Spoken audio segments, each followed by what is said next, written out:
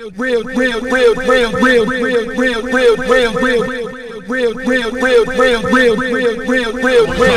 song you got on the album called Cheap. Yep. All right. Now this song is pretty self-explanatory. You know, it extols the virtues of being thrifty. Let's say. Yeah. And you kind of talk up, you know, the advantages to being a cheap dude. Yeah. You know what I mean? So I gotta ask you, what's the cheapest date you've ever been on, man?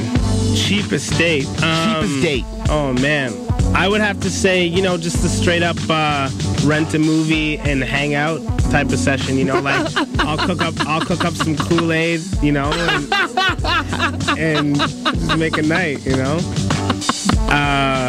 Make it a blockbuster night. Exactly. How do you know what, man? Dudes, I think every dude has the same tactic, man. Yeah. I mean, there's like a million dudes around the world that's just the default, and that's all it is, man. Because the thing is, that's what we like.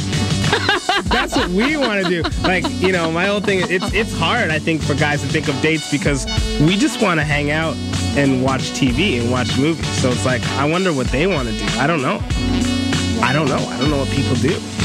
I know what I like to do. I like to. It's funny because rent a new TV series and watch the whole thing. You know? What? Yeah.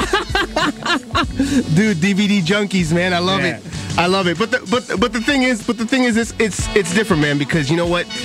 When you're in a relationship, you do have to try. Yes. But it depends on where you are. You know, and hey, not everybody. I'm not accusing anybody out there of trying in a relationship now. Don't get it twisted. Nothing wrong. Don't take offense. Nothing wrong with that. Absolutely nothing wrong with it. That's a great thing. Absolutely, it's a great thing. I wanted to also talk to you about sort of growing up in London, Ontario. That's originally where you're from, right? Yep.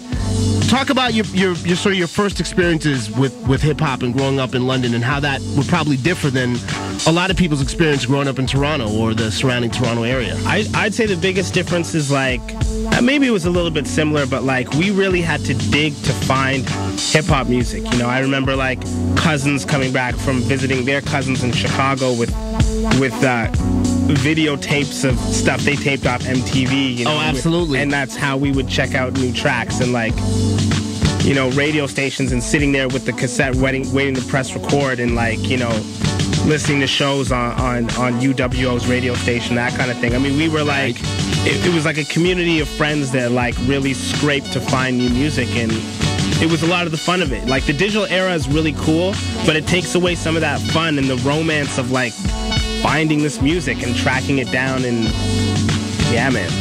Well, I mean, actually, I think actually the digital era kind of brings that back. I just think that the consumer mindset has to change to reflect that, because we're definitely in a culture right now where you have to mine, you have to dig to find that music, because there's so much of it out there, and there's literally, I mean, every week there's new music on the show you know what I mean? Like, so there's a lot of hip hop out there, and you just got to dig for it. And that's really the primary aim of the Real Frequency Show, is to bring to light that music that most average people don't have access to. You know what I'm saying? Like Pacific Division, that's so dope that a lot of people don't.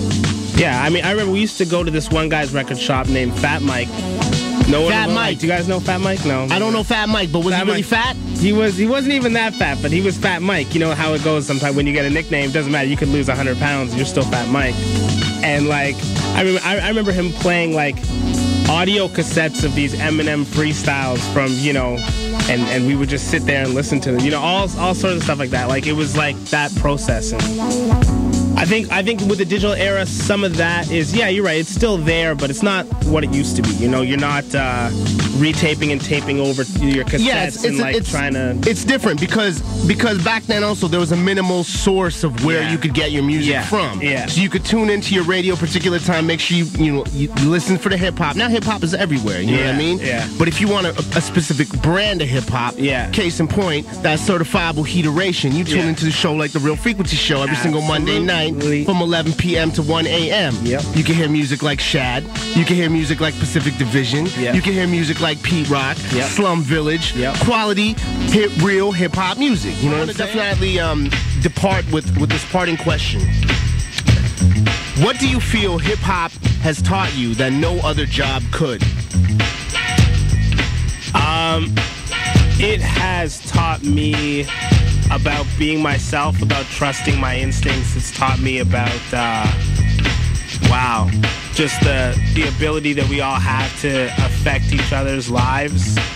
It's taught me so many things, man. It's ridiculous. So many things, man. Like, I went to school with G here. We studied business admin at Laurier, and I did some of those jobs, and it wasn't me. Was the thing, and I couldn't get past it. And just the opportunity to do music just is such a blessing, because I was able to be myself, and just to see that that's cool. Being yourself is cool. There's a lot you can do by being who you are, and there's a lot of people you can affect, and a lot of positive things you can do. So, well, instinct is a great word, man, and I definitely think music is definitely about instinct. It's about vibe. It's about feeling, and those are all things that come through in your music, man. So if you are listening and you've been checking out our conversation with Shad, make sure you go pick up the album. It's called The Old Prince, available on iTunes. Where else can they get it? You can get iTunes, you can get everywhere, man. HMV, CD Plus, Sunrise, wherever you go to pick up those old things that they call CDs. If you still buy those, if you still buy them things, cop that Shad joint. Thank you for coming down on the show, man. It was a pleasure to have you. Cool. Thanks for having me, man.